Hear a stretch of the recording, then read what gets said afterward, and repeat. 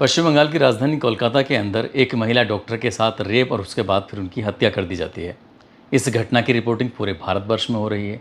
ठीक कुछ ऐसी ही एक घटना होती है, दो बच्चियों के स्कूल के अंदर यौन शोषण हो जाता है। महिला पत्रकार इस घटनाक्रम की रिपोर्टिंग कर रही थी और जब रिपोर्ट कर रही थी तभी एक व्यक्ति, जो कि नगर निगम का पूर्व अध्यक्ष बताया जाता है, उस व्यक्ति ने उस महिला पत्रकार से कहा, आप ऐसे रिपोर्टिंग कर रही हो जैसे कि ये सब आपके साथ हुआ है। बस इतना कहना था कि ये मामला सोशल मीडिया पर वायरल होने लगता है और जिसने ये बात सुनी वो सभी व्यक्ति नगर निगम के उस पूर्व अध्यक्ष के विरुद्ध कहीं ना कहीं इतना गुस्से में थे, वो कहने लगते हैं कि एक जिम्मेदार आदमी ऐसी बात कैसे कर सकता है। न केवल ये मामला फिर सोशल मीडिया पर बहुत ज़्यादा वायरल होता है, बल्कि लोग जानने लगते हैं कि आखिरकार वो छोटी बच्चियाँ कौन थी, उनके साथ किसने क्या हरकत की थी। साथ ही बॉम्बे हाई कोर्ट को भी इस मामले में तल्ख टिप्पणी करनी पड़ती है और बात तो तब और ज़्यादा बढ़ जाती है जब वकीलों ने साफ साफ इनकार कर दिया कि इन बच्चियों के साथ जिसने भी हरकत की है हम उसका केस लेंगे ही नहीं। आज की इस कहानी के माध्यम से यही जानने की, ये समझने की कोशिश करते हैं कि आखिरकार वो बच्चियां कौन हैं, क्या हुआ था उनके साथ और किसने गलत काम किया था। आदाब, नमस्कार, सत श्री अकाल। मैं उस्मान सैफ़ी। आज की जो सच्ची घटना मैं आपको सुनाने जा रहा हूँ, ये सच्ची घटना है महाराष्ट्र प्रदेश का एक ज़िला है ठाणे, और ठाणे ज़िले का ही एक शहर लगता है बदलापुर। दरअसल बात कर रहा हूँ 16 अगस्त 2024 की सुबह की। एक 4 साल की बच्ची होती है, उसको उसकी माँ तैयार करना चाहती थी ताकि वो स्कूल जा सके, लेकिन उस बच्ची ने साफ मना कर दिया कि मैं आज स्कूल नहीं जाऊँगी। स्कूल का नाम सुनते ही वो बच्ची रोने लगती है। जब रोने लगती है तो माँ बड़ी आश्चर्यचकित थी कि अभी तक तो इसने कभी परेशान नहीं किया, इस तरह से कभी ना रोती थी ना कुछ झिझकती थी, लेकिन इस तरह से आज कैसे कर रही है। उस बेटी को बड़ा पुचकारा, प्यार से पूछा। बेटी जब प्यार से पूछने की बात कर रहे थे, उसे कुछ लालच दिया गया कुछ खाने पीने का, तब उस बच्ची ने अपनी माँ को जो बताया, उसको सुनने के बाद उसकी माँ के पैरों तले ज़मीन खिसक जाती है। दरअसल वो अपनी माँ से बताती है कि माँ, जो दादा हैं, यानी कि महाराष्ट्र की भाषा में यानी कि मराठी की भाषा में किसी बड़े भाई को दादा कह के बुलाया करते हैं, तो उनके स्कूल में एक सफाई कर्मचारी होता है, उसने उस लड़की के कपड़े उतारे और उसके प्राइवेट पार्ट को छुआ। जब ये बात माँ ने सुनी, माँ ने अपने पति को बताई। उसके बाद तो ये बात फिर इतनी ज़्यादा तकलीफ़ देह होती है कि वो करें तो क्या करें, उस बच्ची को स्कूल भेजें ना भेजें, तमाम तरह के सवाल जहन में गूंज रहे थे। इसी बीच में उन्होंने अपने एक और जो इसी क्लास में पढ़ने वाली बच्ची होती है, उसके माता पिता से बातचीत करने की कोशिश की। जैसे उनसे बातचीत करते हैं तो वो कहते हैं कि मेरी बच्ची भी कुछ इसी तरह से परेशान है, वो भी स्कूल जाना नहीं चाहती है। बात स्कूल जाने की करते हैं तो रोने लगती है। तभी वो पेरेंट्स यहाँ से सीधा स्कूल की तरफ रुख करते हैं और जब स्कूल की तरफ जाते हैं तो स्कूल वाले इस मामले को गंभीरता से लेते ही नहीं हैं। यानी कि कुछ इस तरह की बातें कर रहे थे कि माँ बाप भी परेशान हो जाते हैं। इसके बाद माँ और बाप दोनों जाते हैं सीधे नज़दीकी पुलिस स्टेशन, और वहाँ जाने के बाद पूरी कहानी बयां करते हैं कि हमारी बेटी शहर के इस नामी स्कूल में पढ़ती है, जहाँ लगभग बताए जाते हैं कि 1200 से अधिक बच्चे उस विद्यालय के अंदर पढ़ते हैं। वहाँ पर एक व्यक्ति जो सफाई कर्मचारी होता है, उन्होंने उनकी बेटी के साथ कुछ इस तरह की हरकतें की हैं। पुलिस वालों ने बात तो सुन ली थी, लेकिन एफआईआर दर्ज नहीं की, और इसी तरह से घंटे दर घंटे बीत रहे थे। लगभग 12 घंटे का जब समय बीत जाता है, 12 घंटे का समय बीतने के बाद आखिरकार घर वाले की जो एक सब्र का बांध था वो टूट जाता है। तब वो सामाजिक कार्यकर्ताओं के पास पहुंचते हैं और उनसे बताते हैं पूरी कहानी कि आखिरकार ये माजरा है।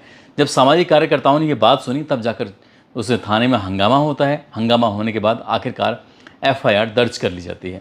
अब एफआईआर तो दर्ज हो जाती है, लेकिन पुलिस जब इस मामले की पड़ताल करने के बारे में पता चलता है तो 17 अगस्त 2024 को आखिरकार उस व्यक्ति को, जिसका नाम अक्षय सिंधे होता है, जो कि मुंबई से लगभग 50 किलोमीटर दूर एक खरवई गांव होता है, वहां का रहने वाला होता है। हालांकि वो मूल निवासी कर्नाटक का गुलबर्गा इलाका होता है, वहाँ रहता है, लेकिन फ़िलहाल वो माता पिता के साथ इस मुंबई से खरवई गाँव में रह रहा था, जहाँ उसके माता पिता, उसके भैया और भाभी, ये सब लोग रह रहे थे। 1 अगस्त 2024 को ही इसने इस विद्यालय में किसी प्राइवेट कंपनी के माध्यम से ज्वाइन किया था, और इसका काम था कि बच्चे जो टॉयलेट की तरफ जाते थे उनको लेके जाना, उन बच्चों को टॉयलेट की तरफ वापस लेके आना, इस तरह की जिम्मेदारी होती है। लेकिन इसी बीच में उसने मौका पाते ही अलग अलग 2 बच्चियों के साथ, उनके साथ गंदा और घिनौना कृत्य करता है, उनके कपड़े उतारता है, उनका यौन शोषण करता है। जब ये बात उन बच्चियों को डराया जाता है, धमकाया जाता है, उनसे कहा जाता है कि किसी से इस बात को कहने के जिक्र मत करना, लेकिन वो दोनों लड़कियां वो डर जाती हैं, सहम जाती हैं। और ये बात होती है 12 अगस्त और 13 अगस्त, 2 अलग अलग दिनों में ये काम करता है। उसके बाद फिर 14 और 15 अगस्त को स्वतंत्रता दिवस मनाया जाता है और 14 अगस्त को भी स्कूल में कुछ ना कुछ प्रोग्राम ही थे। लेकिन जब बच्ची 16 अगस्त को विद्यालय जाने के लिए तैयार की जाती है तो वो जाती नहीं है, तैयार नहीं होती है। पुलिस ने जब इस मामले में और जांच पड़ताल करने की कोशिश की तो पता चलता है कि इस व्यक्ति, जिसका नाम अक्षय सिंधे होता है, जिसने इन बच्चों के साथ यौन शोषण किया है, दरअसल उस व्यक्ति की 3 शादियां हो चुकी हैं। इसे 24 साल की उम्र में 3 शादियां कर चुका है और तीनों की तीनों बीवियां उसको छोड़कर जा चुकी हैं। ऐसा बताया जाता है कि वो वहशी धुरंधर प्रवृत्ति का व्यक्ति है। कुछ इसी तरह से वो महिलाओं के साथ या अपनी बीवी के साथ इस तरह से गंदी हरकत कर रहा था। शायद वो भी छोड़ छाड़ के चली जाती हैं। और स्कूल के अंदर जो इन बच्चियों के साथ ये किया है, अब ये मामला बहुत तेज़ी के साथ पहले बदलापुर शहर में, फिर आसपास के इलाके में, क्योंकि एक तरफ पश्चिम बंगाल की राजधानी कलकत्ता के अंदर ट्रेनी डॉक्टर के साथ रेप होता है, उनका बलात्कार होता है, उनकी हत्या कर दी जाती है और ये मामला पूरे देश भर में सुर्खियां बटोरता है। हर कोई यही जानना चाहता था कि आखिरकार उस महिला ट्रेनी डॉक्टर के साथ हुआ क्या था। पहले एसआईटी टीम गठित की जाती है, फिर इस मामले की जांच पड़ताल करती है, लेकिन लोगों को भरोसा नहीं था कि सरकार शायद इस मामले में पूरी निष्पक्ष रूप से जांच करेगी। फिर इस मामले की सीबीआई जांच कराई जाती है। इसी तरह से हर कोई व्यक्ति जान ही रहा था।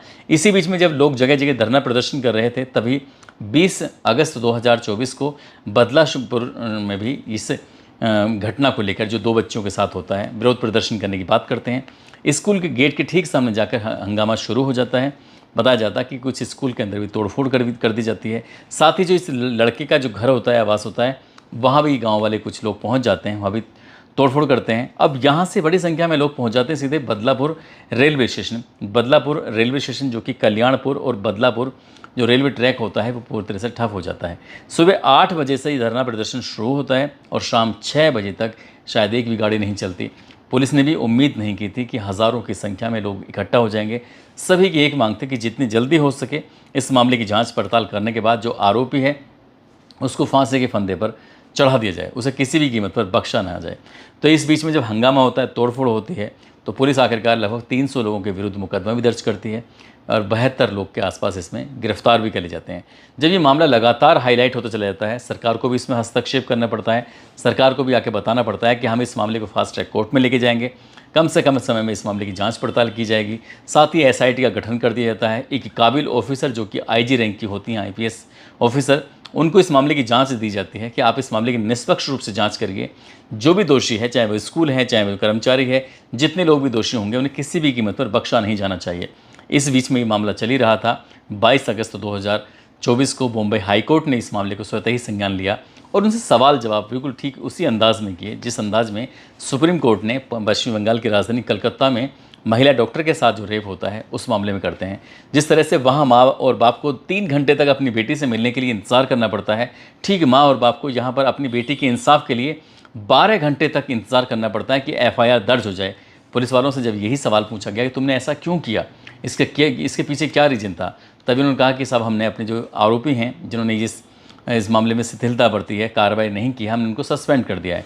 इसमें महिला निरीक्षक सहित 3 पुलिस वालों को सस्पेंड कर दिया गया है और इस मामले में और पड़ताल चल रही है। लेकिन वकीलों ने साफ साफ कर दिया कि जो अक्षय सिंधे है, जिन्होंने लड़की के साथ गंदार घिनौना कृत्य किया है, हम उस व्यक्ति का केस नहीं लड़ेंगे।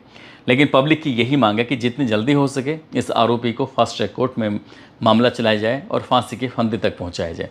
आगे भविष्य में ये पहुंचेगा या नहीं पहुंचेगा, क्योंकि मामला जब कोई भी हाईलाइट होता है तो बहुत तेज़ी के साथ हाईलाइट हो जाता है, उसके बाद तेज़ी के साथ वो डाउन भी हो जाता है। अब इसमें हालांकि सरकार ने जो भरोसा दिलाया पब्लिक को, और पब्लिक अपने अपने काम पर भी लौट रही है। जो जितना धरना प्रदर्शन हुआ था, कई दिनों तक वहाँ इंटरनेट सेवा भी ठप कर दी जाती है। दोस्तों, इस पूरे घटनाक्रम को सुनाने का उद्देश्य किसी को परेशान करना नहीं है, किसी का दिल दुखाना नहीं है, बल्कि आपको जागरूक करना है, आपको सचेत करना है। अपने बच्चों पर ध्यान देने की ज़रूरत है। स्कूल जाते हैं और हम लोग बेफिक्र हो जाते हैं, लेकिन जब बच्चा स्कूल से आए तो उससे उस दिन के बारे में बातचीत ज़रूर करें कि आपकी मैडम ने, आपके सर ने, किसने क्या पढ़ाया, किसने आपको प्यार करा, किसने क्या बातें की। उसको गुड टच और बैड टच के बारे में ज़रूर बताएं। कहीं ऐसा ना हो कि बच्चे के साथ कोई गलत हो रहा हो और आपका ध्यान वहाँ तक जाए ही ना। तो इसलिए बच्चों पर छोटी छोटी बातों को लेकर ध्यान देने की ज़रूरत है। जिस तरह से आज मोबाइल ने लोगों की ज़िंदगी में दस्तक देनी शुरू कर दी है, उस तरह से पाश्चात्य संस्कृति बहुत ज़्यादा हावी हो रही है और लोग न जाने किस राह पर चले जा रहे हैं। जाते जाते आज आयुष गिरी हैं, शर्बगी गिरी हैं, मोहम्मद सैफ आलम हैं, आज इनका जन्मदिन है। इनको जन्मदिन की बहुत सारी शुभकामनाएं, बहुत बहुत मुबारकबाद। साथ ही कुछ लोगों ने नाम लेने की अपील की है, जिसमें ममता यादव, प्रेम सागर, लाल बहादुर शुक्ला, नेहा चौहान, अंबिका चौरसिया, अंशिका चौरसिया, कंचन पांडे, डॉक्टर कमल सिंह, तुकाराम पाटिल, समरजीत कौर, उमेश राय, रोशन सिंह, जाकिर हुसैन, श्वेता शर्मा, राजकिशोर प्रसाद, शाजिया सिद्दीकी, राबिया खातून, सिमरन, सोनम विश्वकर्मा, कृष्णा पासवान, प्रमोद गुप्ता। आप सब लोग अपना ख्याल रखें, सुरक्षित रहें। जय हिंद, जय भारत।